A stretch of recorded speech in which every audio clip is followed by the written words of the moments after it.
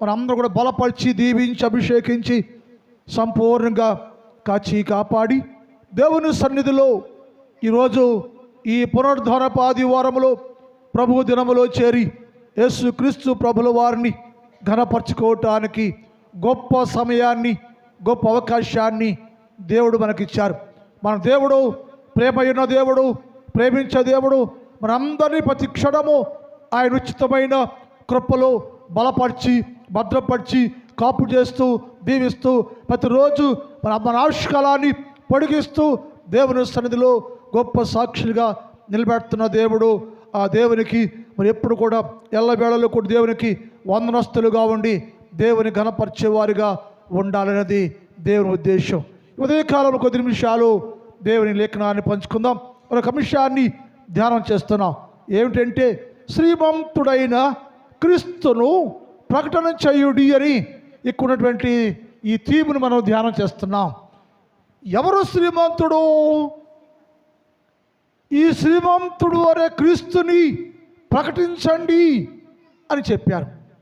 ఆ శ్రీమంతుడి గురించి ప్రకటన చేయాలంటే ఆ శ్రీమంతుడు ఎవరు, ఆయన ప్రత్యేకత ఏమిటి, ఆయన గుణాలు ఏమిటో మనకు అర్థమైతే కానీ ప్రకటించే అవకాశము ఉండదు.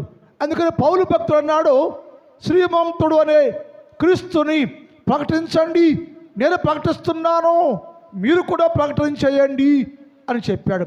అసలు ప్రకటించడానికి ఏం తెలియాలి మనకంటే, అసలు శ్రీమంతుడంటే ఏమిటి, ఆయన ప్రత్యేకత ఏమిటి, ఆయన గుణాలు ఏంటో తెలిస్తేనే ఇతరులకు మనం ఆయన గురించి చెప్పగలమని మనం పోయిన వారం కొంత భాగాన్ని నేర్చుకున్నాం. శ్రీమంతుడు అని ఆయనకున్న ప్రత్యేకత అంటే, శ్రీమంతుడు అంటే ఆయన సృష్టికర్త అని నేర్చుకున్నాం. ఆయన మాటతోటే సృష్టిని ఏర్పాటు చేశారు. ఇది కలుగురుగా కంటే కలిగింది.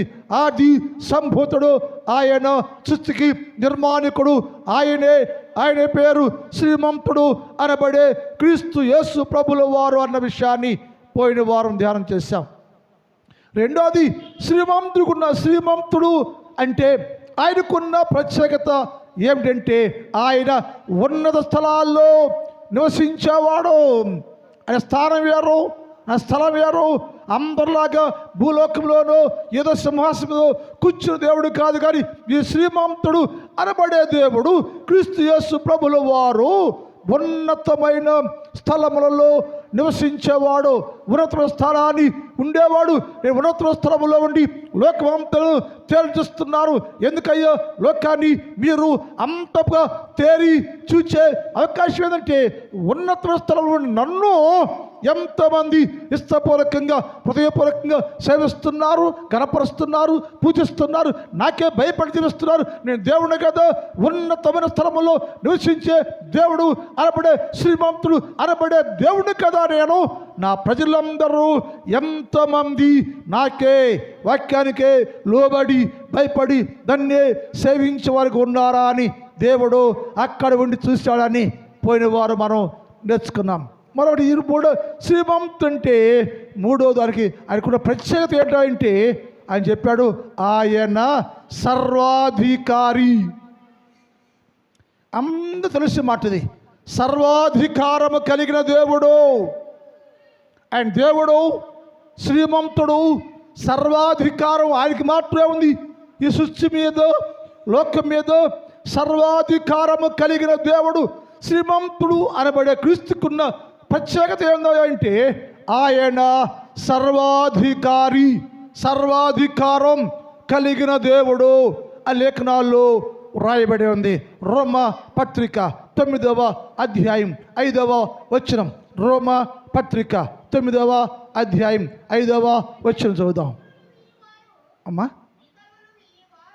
పితరులు నీవారు శరీరాన్ని బట్టి క్రీస్తు ప్రభుల వారు నీలో వీరిలో జన్మించను. ఈయన ఎవరైనా దేవుడు మనుషులందరి కోసం సర్వ శరీరాకారముతోటి వాగ్దాన ప్రకారంగా లేఖన ప్రకారంగా ఆయన వీరిలో శరీరాకారంతో జన్మించాడు. కానీ ఆయన శ్రీమంతుడు అనబడే క్రీస్తు ఎలాంటివంటే ఆయనకున్న ప్రత్యేకత ఏంటంటే ఆయన సర్వాధికారము కలిగిన దేవుడయ్యో. సర్వాధికారం యేసయ్యకుంది. ఆయనకున్న ప్రత్యేకత ఏంటయ్యా? శ్రీమంతుడికున్న ప్రత్యేకత, శ్రీమంతుడు అనబడే క్రీస్తు ప్రభుల వారికి ఉన్న ప్రత్యేకత ఏంటంటే ఆయన సర్వాధికారి. ఆయన సర్వాధికారి అని లేఖనాలు రాయబడి ఉంది. శరీరాన్ని బట్టి వాగ్దానము ఉంది కాబట్టి, వాగ్దానము చేయబడింది కాబట్టి ఆయన శరీరము ధరించుకొని భూలోకంలో నరుడుగా నరవతారిగా మన కొరకు జన్మించాడు. కానీ ఆయన సర్వాధికారి. ఆయన పేరు శ్రీమంతుడు అనబడే క్రీస్తు యేసు ప్రభుల వారు. ఎవరయ్యా అంటే ఆయనకున్న ప్రత్యేకత ఏంటంటే సర్వాధికారి. ఈ సర్వాధికారి, ఈ శ్రీమంతుడు కూడా ప్రత్యేకత ఏంటంటే ఆయన మాత్రమే సర్వమునకు అధికారి, సృష్టికి అధికారి, సర్వాధికారము కలిగిన దేవుడు యేసు ప్రభుల వారు అని బైబిల్కు మాట్లాడుతుంది. ప్రకటన గ్రంథం 1:8 చదువుదాం. ప్రకటన 1:8 చదువుదాం. అల్పయు ఓమేఘయు నేనే, వర్తమాన భూత భవిష్యత్తు కాలములో.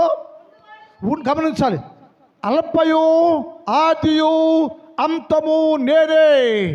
అంతేకాదు వర్తమాన భూత భవిష్యత్తు కాలములో ఉన్నవాడను నేడు, నిన్న నేడు రేపు అన్ని సమయాల్లో అన్ని కాలాల్లో ఉన్నవాడు నేనే అని సర్వాధికారియు.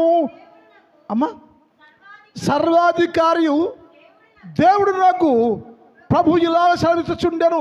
యేసే మాట్లాడే మాట మనం కాదు, పౌలు గారు కాదు, యేసు ప్రభులు వారే మాట్లాడాడు. శ్రీమంతుడు అనబడే క్రీస్తు యేసు ప్రభు ఏమనంటే నేనే అల్పయు, నేనే మేఘయు, నేనే భూత వర్తమాన కాలంలో ఉన్న దేవుడను, నేనే, నా పేరు, నేను సర్వాధికారము కలిగిన దేవుడను. యేసే మాట్లాడారు.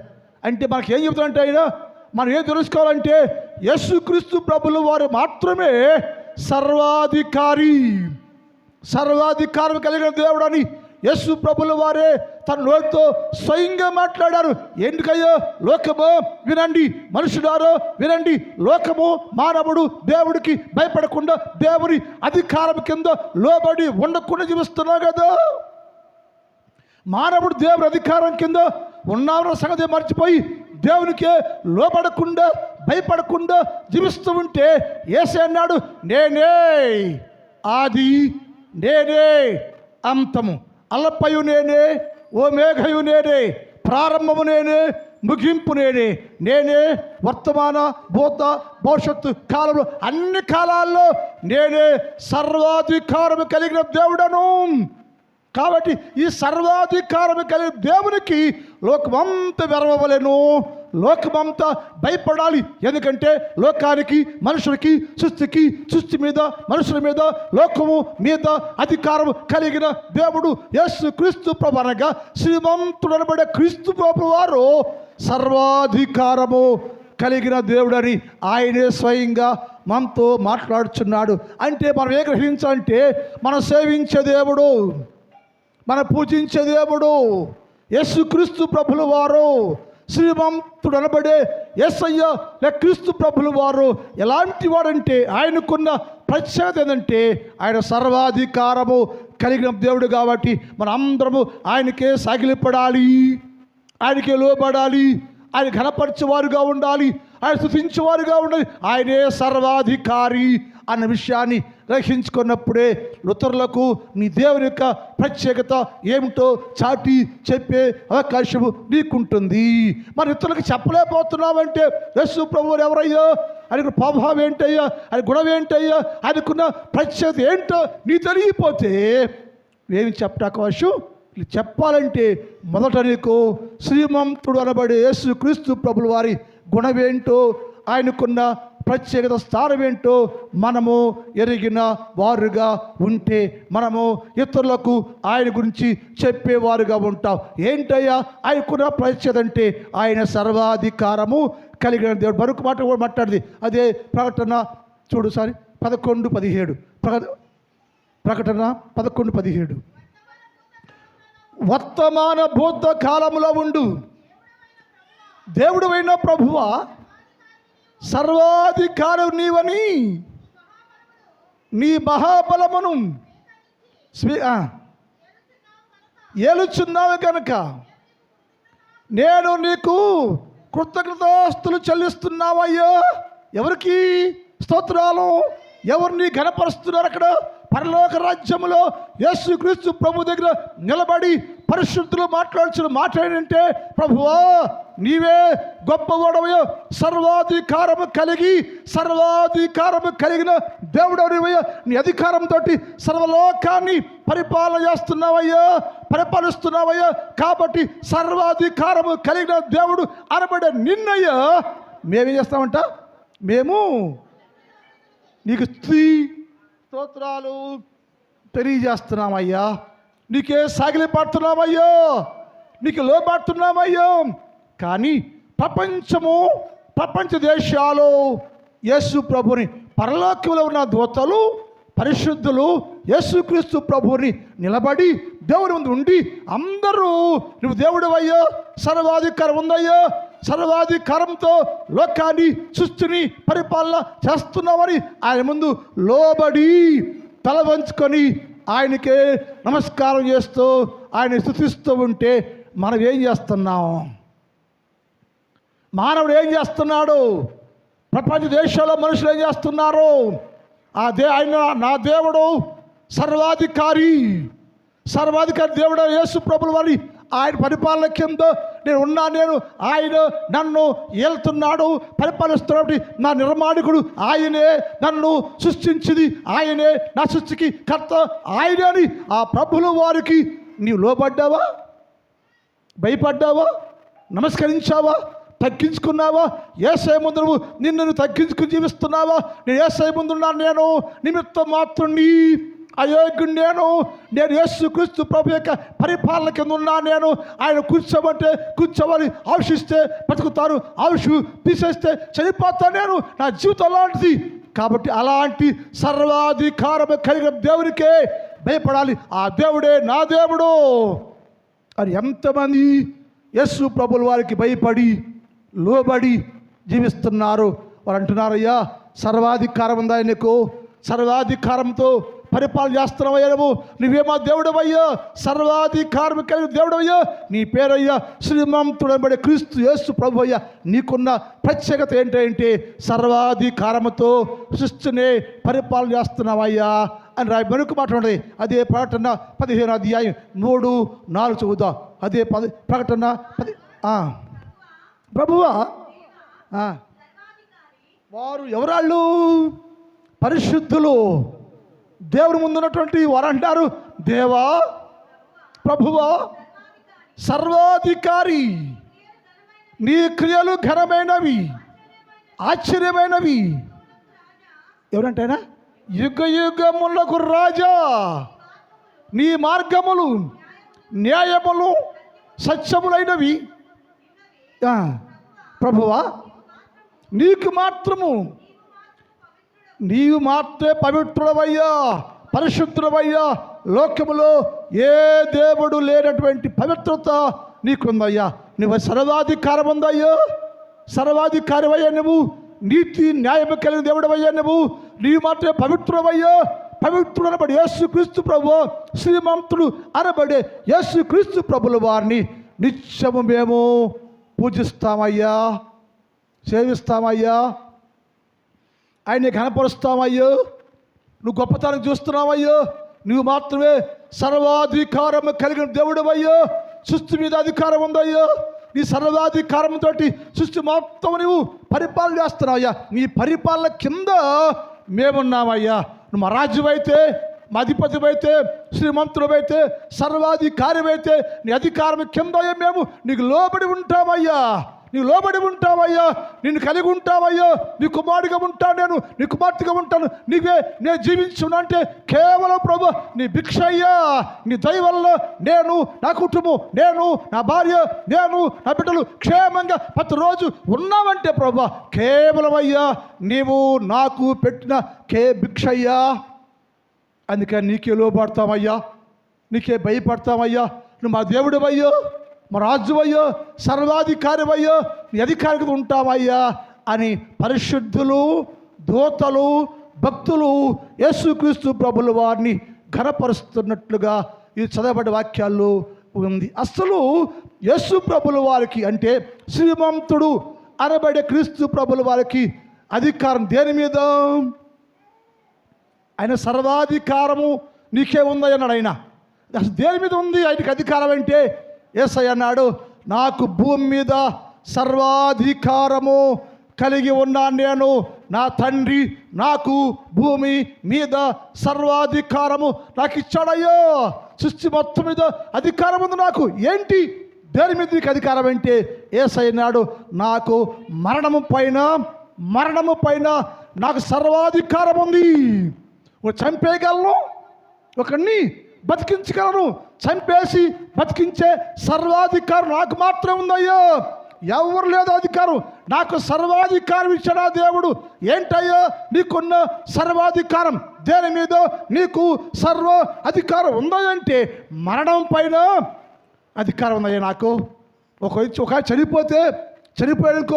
చనిపోయే వాడిని బతికించే శక్తి నాకు మాత్రమే ఉంది, ఎవడు చేయలేడు సృష్టిలో అన్నాడు.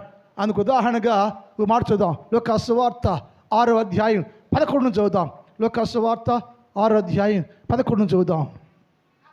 అప్పుడు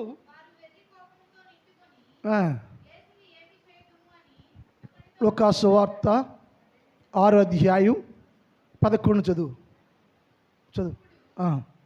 వారు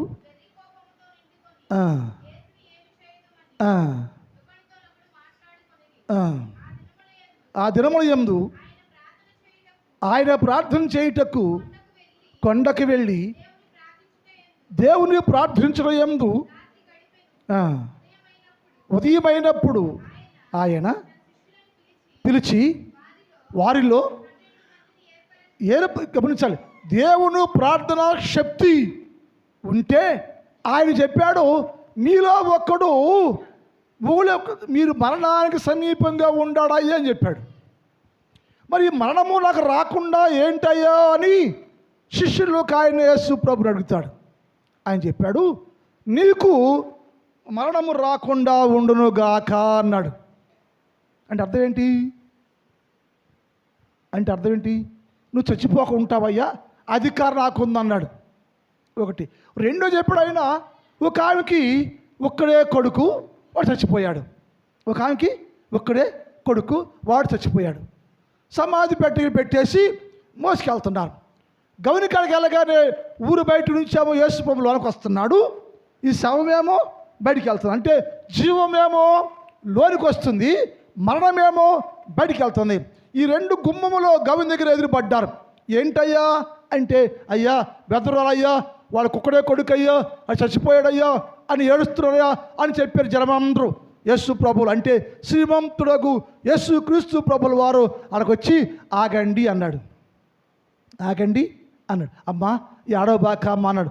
అంతకుముందు ఈ మాట ఆ ఊళ్ళో జనమందరూ మాట్లాడారు. అమ్మ ఏడవబాకమ్మ అని చెప్పారు. కానీ ఆ తల్లి ఎవరి మాట వినలా. యేసు ప్రభు శ్రీమంతుడు అనబడి యేసు క్రీస్తు ప్రభు ఆయనకు వచ్చి ఏడవబాకమ్మ అని చెప్పగానే ఆమె ఏడు పాపేసింది. ఆయన చెప్పాడు, ఆడికెళ్ళి పాడి ముట్టి అప్పటికే చనిపోయాడు వాడు, పాడి మీద పెట్టారు, మోసుకెళ్తున్నారు, ఊరు వెలుగులకి వెళ్ళిపోతున్నప్పుడు వాడు పట్టుకొని, వాడు చిన్నవాడా లే అని నీతో చెప్పుచున్నాను అనగా ఆ చిన్నవాడు లేచి కూర్చుని మాట్లాడసాగాను. ఒకసారి అల్లి చెప్తా, ఒకసారి హల్లెలూయా. ఏంటయ్యా నీ పవర్ అయ్యా? శ్రీమంతుడు యేసు క్రీస్తు ప్రభుల వారికి ఉన్న అధికారం ఏంటయ్యో? దేని మీద అధికారం అంటే మరణం పైన నాకు అధికారం ఉందయ్యా, నువ్వు చనిపోయావా, చావుకి సిద్ధంగా ఉండావా, అప్పుడు నేనయ్యా ఒక్కసారి నీ తట్టు చూచి నీ ఎద్దకు నిలబడి చిన్నవాడా లే, మనాకి సమీకున్నవాడా, మనంలో ఉన్నవాడా లే అని చెప్పగానే ఆయన మాట ప్రకారం చనిపోయిన వ్యక్తి బ్రతికెను. చనిపోయిన వాడు లేచి కూర్చొని మాట్లాడసాగాను. ఇది మాట ఈ లోకంలో ఎవరికి ఈ మర్మము అర్థమే కాటులా మన జీవితాల్లో జబ్బొచ్చి చావుకి సిద్ధముగా ఉంటే నా దేవుడు నిన్ను ప్రేమించి నిన్ను దర్శించి నా కుమారుడా నువ్వు కావాలి నువ్వు ఎప్పుడే చనిపోవడానికి వీలు లేదయ్యా, కాబట్టి నిన్ను నేను బతికిస్తున్నాను, మరణమా వెనక్కి పో అంటే వెనక్కి పోయింది. చనిపోయిన వాడు లేచి కూర్చున్నాడు, మాట్లాడసాగాడు. ఆశ్చర్యం వేసింది. ఎలా జరిగింది? చనిపోయాడు కొద్దిసేపులో సమాధి చేస్తావయ్యా అంటే ఎవరు బతికించావయ్యా ఆ వ్యక్తిని? ఎవరు బతికించంటే సర్వాధికారం కలిగిన దేవుడు. అనగా మరణము పైన నాకు సర్వ అధికారం ఉందయ్యా, మరణం ఆగిపో అంటే మరణం పైన అధికారం కలిగిన దేవుడు చనిపోయిన వ్యక్తిని బతికించను. నీవు కూడా నేను కూడా మరణ వ్యవస్థలో ఉంటే, చావు సిద్ధముగా ఉంటే, మరణం అనేది నన్ను మనందరినీ వెంటాడుతూ ఉంటే దానికి బలైపోకుండా బతికించే శక్తి సమాజం అధికారం కలిగిన దేవుడు యేసుక్రీస్తు ప్రభుల వారు. అందుకని ఏంటయ్యా అనుకున్న అధికారం దేని మీద అంటే, ఒకటేమో మరణము పైన అధికారం ఉంది. వాడు కూడా చనిపోయాడు, తల్లికి ఒక్కడే కొడుకు, వాడు ఏడుస్తున్నాడు, తల్లి ఏడుస్తుంది. అయితే వారిని ప్రేమించిన దేవుడు చనిపోయిన వారిని బతికించాడు. ఎలా అంటే ఆయనకు మరణము పైన అధికారం ఉంది. ఆ అధికారంతో లే అంటే లేచినట్టుగా లేఖనాల్లో ఉంది. మరొక మాట కూడా బైబిల్ ఉంది. మన లోకంలో చాలామందికి అర్థం కాని సంగతి, సమాజ మందిరపు అధికారి కుమార్తె చనిపోయింది. వాళ్ళయ్యా నా కుమార్తె చచ్చిపోయింది అయ్యా రావయ్యా అంటే యేసు ప్రభువారు వెళ్ళలేదు. చాలా సమయం పట్టింది. ఆ ఇంటికి వెళ్ళేసరికి అందరూ ఏడుస్తున్నారు. ఏంటో ఏడుస్తున్నారు వీళ్ళందరూ? ఎందుకు ఏడుస్తారంటే ఆమె చనిపోయిందయ్యా, సమాజ మందిరపు అధికారి కుమార్తె చనిపోయింది అంటే యేసయ్య అన్నాడు, ఆయన లోనికి వెళ్ళి ఏంటి అక్కడ లోనికి వెళ్ళి బయటికి లోనికి వెళ్తుంటే జరమని చెప్పారు. అయ్యో ఈ చిన్నది చనిపోయిందయ్యో లేవలేదని చెప్తే ఆయన లోనికి వెళ్ళినాడు. లోనికి వెళ్ళగానే అన్నాడు, అధికారం కలిగిన యేసుక్రీస్తు ప్రభువు అన్నాడు, చిన్నదాన్ని లే అనగానే చనిపోయిన చిన్నది లేచి కూర్చొని మాట్లాడసాగాను, నడవసాగాను. ఎక్కడిది? ఏమైందో అంటే చనిపోయిందా అమ్మాయి? వాస్తవికంగా నిజంగా చనిపోయింది, కథ కాదు ఇది. నిజంగా చనిపోయి కుటుంబం అంతా రోధిస్తూ ఉంటే సర్వాధికారం మరణం పైన సర్వాధికారము కలిగిన దేవుడు ఆడకెళ్ళి చిన్నదాన లే అంటే లేచి నడవసాగాను. యేసు ప్రభుల వారు శ్రీమంతుడు అనబడే క్రీస్తు యేసు ప్రభువుకున్న అధికారం ఏంటంటే చనిపోయినటువంటి మరణం పైన ఆయనకు అధికారం ఉంది. నీకు మరణకరమైన రోగం వచ్చిందో, మరణము వెంటాడుతుందో, నా యేసయ్య గర్జిస్తున్నాడు, మరణము ఆగిపో, మరణము పారిపో, మరణము వేరైపో, నా కుమారుని మీద నీకు ఎలాంటి అధికారం, నేను అధికారంతో గర్జిస్తున్నాను అని చెప్పగానే యేసు క్రీస్తు అధికారానికి మనం భయపడిపోయి పారిపోతే సజీవులుగా లేచి నడుస్తున్నాం మనం. అంటే యేసు ప్రభుల వారికి ఉన్న అధికారం ఏంటంటే మరణం పైన అధికారం ఉంది. క్రైస్తవులారా, దేవుని పిల్లారా, అలాంటి దేవుని నువ్వేం చేస్తున్నావు? అలాంటి అధికారం కలిగిన యేసు ప్రభు వారి నిన్ను బతికించే దేవుడు, బలపరిచే దేవుడు, బాగుపరిచే దేవుడు, నిన్ను కుటుంబాన్ని క్షేమంగా ఉంచగలిగిన దేవుడు యేసు ప్రభుల వారు. నీకు మరణకరమైన పరిస్థితి వస్తే రాకుండా ఆపేసి నీ మీదకి మరణము అనేది దాడి చేయకుండా, మరణము రాకుండా మరణాన్ని గద్దించి బతికించి సజీవులు ఉంచిన యేసు ప్రభుల వారిని నువ్వేం చేస్తున్నావు? ఏం చేస్తున్నావు? ఆయన ఎంత గౌరవిస్తున్నావు? నువ్వు ఆయన భయపడ్డావా? లోపడ్డావా? మనసు మార్చుకున్నావా? హృదయం మార్చుకున్నావా? వాక్యానికి లోపడ్డావా? వాక్యాన్ని జీవిస్తున్నావా? ఎవరికైనా అంటే సర్వాధికారం కలిగిన దేవుడు.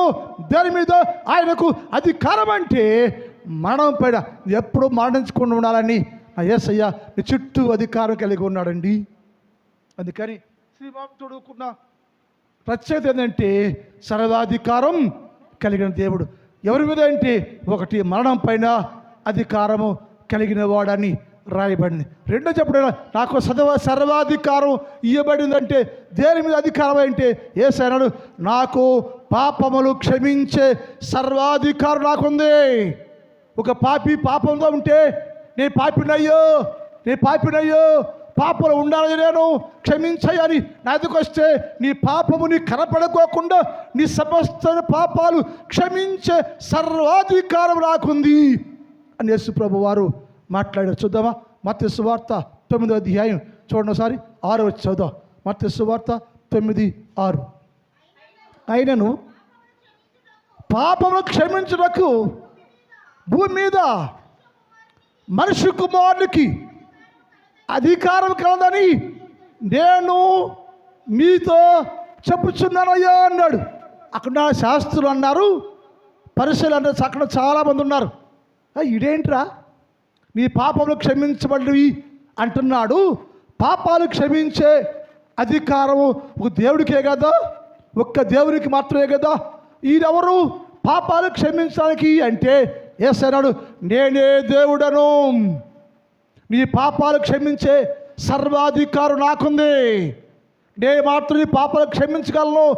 ఎవడు భూలోకములో నీ పాపాలు క్షమించే అధికారం లేదు. యేసు ప్రభు నేను దేవుడని, నేను సర్వాధికారము కలిగిన శ్రీమంతుడు అనబడే క్రీస్తు యేసు ప్రభు అనబడే యేసు నేను మాత్రం ఈ పాపాలు క్షమించగలను, అధికారం నాకుందని వాడి పాపములను క్షమించబడ్డవి. యేసన్నాడు నీ పాపములు క్షమించబడినవి, నీ పాపాలు బాగైపోయినాయి. ఎందుకయ్యా? అవి వచ్చింది ఎవరు? రోగి, పక్షవాయు కలిగిన వారిని అక్కడ తెచ్చారు. వాళ్ళందరూ అన్నారు వాడికేమో జబ్బు వస్తే, వాడికేమో పక్షవాతం వస్తే, ఈయనేంటి పక్షవాతం వచ్చినోడిని నీ రోగం బాగైపోయింది వెళ్ళిపో అనాలి కదా. ఈ రోగము బాగు చెయ్యబడింది వెళ్ళు అనాలి కదా. మరి ఈయనేంటి నీ పాపాలు క్షమించబడి అన్నాడంటే యేసయ్య అన్నాడు, ఆ యేసు ఉద్దేశం అంటే నీ రోగానికి నీ పాపమే కారణం, నీ కుటుంబం క్షీణించిపోవడానికి నీ పాపమే కారణం. కాబట్టి ఏ రోగం నీ పాడు చేస్తుందో, ఏ రోగం నేను మరణానికి నడిపిస్తుందో ఆ రోగము అది పోవాలంటే నీలో ఉన్న పాపము క్షమించబడాలి. ఎందుకని నీ విస్తార పాపములు క్షమించబడ్డాయి, నీ పాపములు క్షమించబడ్డాయి. లేచి నీ పరిపెత్తుకుని ఇంటికి పో చెప్పగానే వాని పాపములు క్షమించబడితే, ఎప్పుడు వాని పాపము క్షమించబడిందో వెంటనే వారిలో ఉన్న ప్రతి రోగము జబ్బు వారి నుంచి వేరైపోయాను. హల్లెలూయా, హల్లెలూయా. యేసయ్య పవర్ అది. నీ పవర్ వేరు, యేసయ్య పవర్ వేరు. యేసయ్య పాపిని ప్రేమిస్తాడండి. మనం ఒకరి దేవుడు ఎన్నిసార్లు ఎదురు జీవిస్తున్నా, దేవుని వాక్యాన్ని భయపడకపోయినా, దేవుని మాట లోబడిపోయినా, యేసుక్రీస్తు ప్రభువుకి వ్యతిరేక జీవిస్తున్నా సరే నా యేసయ్య అండి నీ పాపాలు క్షమించి నిన్ను పరిశుద్ధుడిగా మార్చి పవిత్రంగా మార్చి నువ్వు క్షేమంగా ఉండాలని, దీవెనకరంగా ఉండాలని, నీవు నీ కుటుంబం బాగుండాలని, అందుకోసం ఏ పాపము ఆటంకంగా ఉందో, ఏ పాపము నీకు ఇబ్బందిగా ఉందో ఆ పాపాలు క్షమించి నిన్ను పరిపూర్ణ పరిశుద్ధుడిగా మార్చేవాడే యేసుక్రీస్తు ప్రభువయ్యా. ఆయన పేరు శ్రీమంతుడు అనబడే క్రీస్తు యేసు ప్రభుల వారికి ఉన్న అధికారం అంటే ఒకటి మరణం పైన అధికారం ఉంది, రెండు పాపములు క్షమించే అధికారము యేసుక్రీస్తు ప్రభుల వారు కలిగి ఉన్నాడు. మరి అలాంటి పాపాలు క్షమించి మనందరినీ పరిశుద్ధులు చేసే ఆ దేవుణ్ణి ఏం చేద్దాం? పక్కన పడేద్దామా? ఆ గౌరవం చేద్దామా? అవమానం చేద్దామా? మనల్ని బట్టి, మన మాటలను బట్టి, మన ప్రవర్తన బట్టి నా దేవునికి అవమానం తెచ్చే బిడ్డలుగా ఉందామా? ఎప్పుడు అని ఆలోచించావా? నా ప్రవర్తన వలన నా యేసు ప్రభుకు అవమానమయ్యా, నేను జీవించిన జీవితం యేసు క్రీస్తు ప్రభుల వారికి అవమానం తెస్తున్నాను. నా మాటలు కొద్దిగా ఉండాలి, నా మనసు మారాలి, నేను మారాలి, పరిశుద్ధంగా ఉండాలి, పవిత్రంగా ఉండాలి, సర్వాధికారం కలిగిన యేసు క్రీస్తు ప్రభుకే లోబడాలి. ఆయనే మాత్రమే నా జీవితానికి కర్త అని గ్రహించి ఎంతమంది యేసు క్రీస్తు ప్రభుని హృదయంలోకి చేర్చుకొని ఆయన లోబడి జీవిస్తున్నారయ్యా. ఈ మధ్యాహ్న కాలంలో యేసయ్య మాట ఏంటంటే, శ్రీమంతుడు అనబడే క్రీస్తు సర్వాధికారం కలిగినవాడు. ఏమిటి అధికారం అంటే, ఒకటి మరణం పైన ఆయనకు అధికారం ఉంది, రెండు పాపలు క్షమించే అధికారం ఆయనకు ఉంది, మూడో చెప్పడైనా ఏంటి నీకున్న అధికారం అంటే, పరలోకం పైన పరలోకములోను భూలోకములోను నాకు అధికారం ఉందయ్యా, పరలోకములోను భూలోకములోను నాకు అధికారం ఉందయ్యా, ఒకటి పరలోకంలో చేర్చే హక్కు నాకుందయ్యా, ఒకటి పరలోకంకి కిందకి పడవేసే అధికారం నాకుందయ్యా. యేసు ప్రభుల వారు శక్తి ఎరిగి ఉండాలి మనం, యేసు ప్రభు ప్రభావం ఎరిగి ఉండాలి మనం. ప్రపంచ దేశాలకి ప్రపంచానికి తెలియదు ఏంటంటే, నేనే గొప్ప, నేనే గ్రేట్, నా జ్ఞానమే గ్రేట్, నా తెలివే గ్రేట్, నా డబ్బే గ్రేట్, నా బలమే గ్రేట్. ఎవరికి వారు విర్రవిగుతున్నామే తప్ప సృష్టికర్త దేవుడు సర్వాధికారం కలిగిన దేవునికి లోబడి భయపడే జీవితాలు లోకములో ఉన్న ఏ మనిషికి ఏ మానవుడు లేకుండా కోల్పోయి జీవిస్తూ ఉంటే నీకు నీవే కష్టాన్ని నష్టాన్ని బాధలు ఇబ్బందులు కోరుకొని తెచ్చుకుంటున్నావు. అందుకని అవి ఏమి రాకుండా ఉండాలంటే నువ్వు సర్వాధికారి అనబడే యేసు క్రీస్తు ప్రభుకి లోబడేవారుగా ఉంటే మంచిది. ఎందుకంటే ఆయన సర్వాధికారము కలిగిన దేవుడు. నీ అధికారం ఎంత, నా అధికారం ఎంత, రాజ్యాధికారం ఎంత, ప్రపంచంలో రైలే రాజులు అధికారం ఎంత, అది కొంతసేపే. సర్వాధికారి యేసు క్రీస్తు ప్రభు కనుక ఆయన కిందే మనం జీవించేవారుగా ఉండాలి అని చెప్పాడు. చివరిగా ఏంటి ఆయనకు అధికారం ఉంటే, సృష్టి పైన నాకు అధికారం ఉందయ్యా, ఈ సృష్టి మీద అధికారం ఉంది నాకు. నేను శాసిస్తే చల్లారుద్ది, నేను శాసించకపోతే చిక్కడిగా ఉంటుంది. నేను శాసిస్తేనే సూర్యుడు ఉదయించాలి, నేను శాసిస్తేనే ఉదయం రావాలి. ఆగిపో అంటే రాత్రి ఏమంటుంది, నీకు వెలుగు రానే రాదు. వెలుగు వచ్చిందంటే నేను నా అధికారంతో శాసిస్తేనే వెలుగు నీలోనికి వస్తుందని లేఖనాల్లో వ్రాయబడింది. అంటే సమస్త సృష్టిలోకి ఆయన మాట లేకుండా, ఆయన మాట జరగకుండా, ఆయన మాట కావకుండా ఏది ఉపయోగమే ఉండదు. ఆయన సృష్టిస్తాడు. నేను ఉదాహరణ చెప్తాను. సముద్రాన్ని అందరూ తెలిసిన మాట, పేతురు సముద్రం మీద ఉన్నాడు. యేసుప్రభు అడిగాడు, ఏమో పేతురు వస్తావా అంటే, నేను కూడా నడుస్తాయా సముద్రం మీద అని చెప్పాడు. దోణిలోనేమో ఎవరున్నారు? యేసుప్రభు ఎదురుగా ఉన్నాడు సముద్రం మీద, పేతురు దోణిలో ఉన్నాడు. యేసుప్రభు సముద్రం నడుస్తుంటే పేతురు అడిగాడు, నేను కూడా ప్రభువా నీతో నడుస్తానని నేను అన్నాడు. నడువు అన్నాడు. నడిచాడా? నడిపించాడు. ఎందుకని? ఆయన నడిపించే, సముద్రం మీద నడిపించే అధికారము ఆయనకుంది. రెండోది, అదే దోణిలో యేసుప్రభు ఉన్నాడు. తుఫాను రేగింది, ఊగిపోతుంది, మునిగిపోతుంది. తుఫాను రేగి ఊగిపోతుంది, మునిగిపోతుంది, అలజడిగా ఉంది, అలతో ఉంది, భయంకరంగా ఉంది. యేసయ్యన్నాడు, సముద్రమా నిమ్మళించు అంటే ఆయన మెల్లగా మాట్లాడితే సముద్రం గడగడలాడిపోయిందంట. మెల్లగా మాట్లాడితే, మెల్ల స్వరైపితే సముద్రము అలలతో ఊగిపోయే సముద్రము ఒకసారి నిమ్మళమైపోయింది. గాలి ఆగిపోయింది, సముద్రం నిమ్మళమైపోయింది, శాంతమైపోయింది, సమాధానంగా ఉందంటే ఏమైందయ్యా? ఆయన గద్దిస్తే సముద్రం ఆగిపోయింది. అధికారం అన్నాడు ఆయన, ఆగిపోయింది. గాలి ఆగిపో అన్నాడు, ఆగిపోయింది. మరి నువ్వేంటి? నీ సంగతి ఏంటి? ఎన్నిసార్లు వేసి గద్దించి ఉంటాడు నువ్వు? వాక్యం ద్వారా, ప్రార్థన ద్వారా, నీ పొరుగు వారి ద్వారా, ఎన్నో రీతిలో వేసా మనల్ని హెచ్చరిస్తూ ఉన్నాడు, గద్దిస్తూ ఉన్నాడు. నువ్వు గద్దింపు లోపడ్డావా? దేవుని గద్దింపు లోపడ్డావా? భయపడ్డావా? విన్న వాక్యం నాతో నీతో వాక్యం మాట్లాడుతుంటే మనస్సాకి చంపుకుంటున్నావా? ఈ వాక్యం నా కోసమే, నా దేవుడు నాతో మాట్లాడుతున్నాడు, గద్దిస్తున్నాను అని దేవుని గద్దింపుకు లోబడ్డావా? నీవు దేవుని గద్దింపుకి లోబడి జీవితాన్ని మార్చుకున్నావా? వాక్యానుసార జీవితం నీకుందా అంటే సముద్రం లోబడింది కానీ నువ్వు లోబట్టలా. గాలి లోబడుతుంది కానీ గాలికి ఏమర్థమైంది?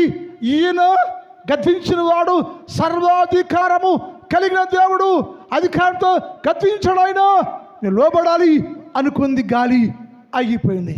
ఈయన సముద్రం అంటుంది ఆయన సర్వాధికారము కలిగిన దేవుడు, నన్ను గద్దించాడు కాబట్టి నేను సముద్రాన్ని మాత్రమే, అలలు రేపే వాడును మాత్రమే, కానీ అధికారి ఎవరో అంటే యేసుక్రీస్తు ప్రభువారు. ఆయన గద్దించాడు కాబట్టి ఆయన లోబడనుకొని సముద్రము గాలి ఆయనకు లోబడి ఆగిపోయాను. క్రైస్తవుడు లోబడ్డా?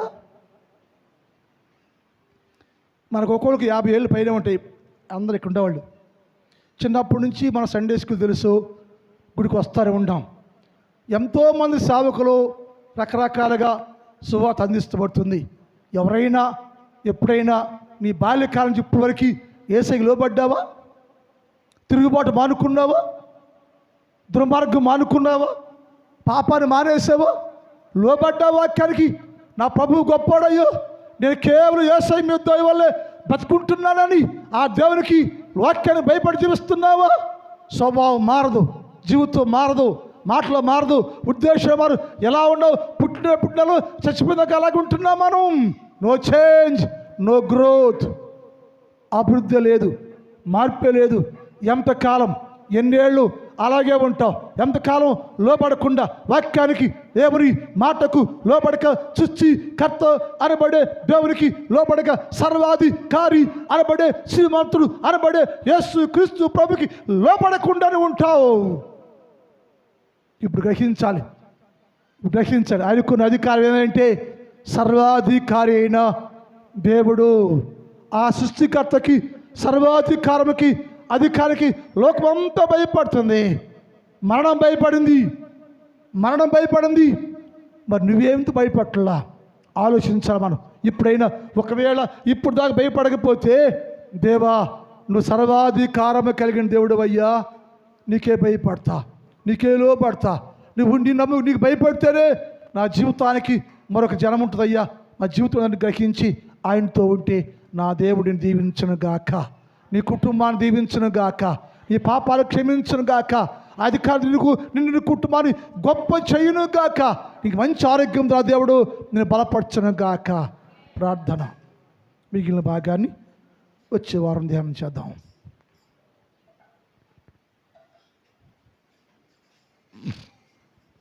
ఒక్క నిమిషం మోకరిద్దాం.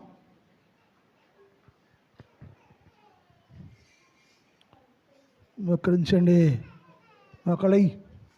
మోకళేయాలి. కూర్చోవద్దు, నటించొద్దు. ఇక్కడ మోకాళి. ఈ రోజన్నా 10 నిమిషం మోకాళయ్యానమ్మా. రోజు ఎటు వేయట్లేదు కదా, ఇప్పుడన్నా వేయండి. ఒక్క నిమిషం మోకాళి. తమాషా చేతి గుళ్ళో నిజంగా మార్పు కలిగి ఉండాలి మనం. యేసు ప్రభువా, నువ్వు సర్వాధికారం కలిగిన దేవుడు అయ్యా, నీ అధికారానికి నీ లోపడాలి తండ్రి. ఇప్పుడు నాకు లోపడలేదయ్యా, నువ్వు సర్వాధికారం అయ్యా, నా మీద అధికారానికి ఉందయ్యా. అయినా సరే క్షమిస్తున్నావయ్యా, మన్నిస్తున్నావయ్యా.